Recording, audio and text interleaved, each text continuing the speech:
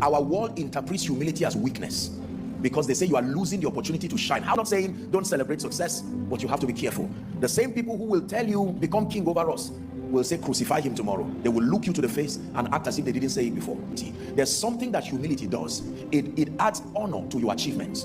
Show me someone who is doing so well and then maintains a disposition of humility. That is someone who will look like Beulah and Hephzibah. But show me someone who is doing so well, then he rubbishes that beauty with pride. Pride is a destroyer. It's a depleter. It reduces the value of anything. I'm praying for someone. Obtain the grace to be humble.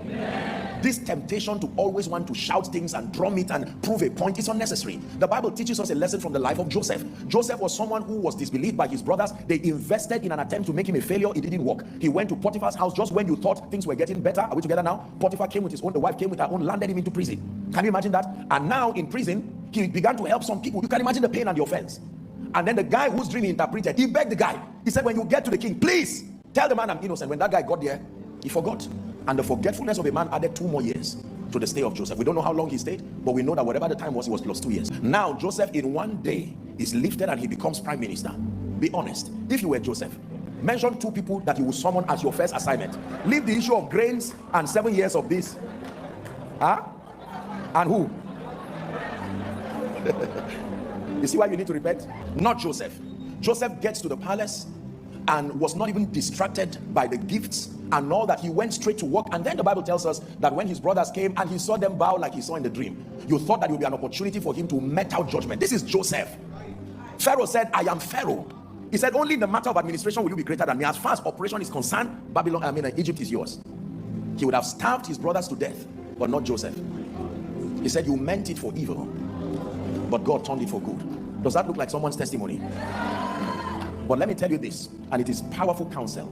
Pride is a destroyer. Pride is a destroyer.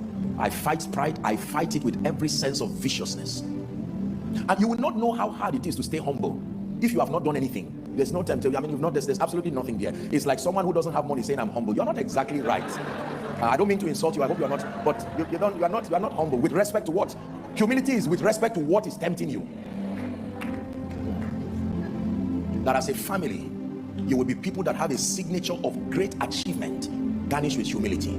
That you can come to church and be such an unassuming person. People will almost misunderstand you until your works begin to speak for you at the gate. That someone will say, do you realize that this man, though an usher, let me tell you a bit about his credentials, and they begin to read something so inspiring, and in the midst of it you still kneel down, you can still roll, you can still lift up your hands regardless the pedigree. Let me tell you the truth. Run away from people who make crying before God look like an embarrassment because you are lifted.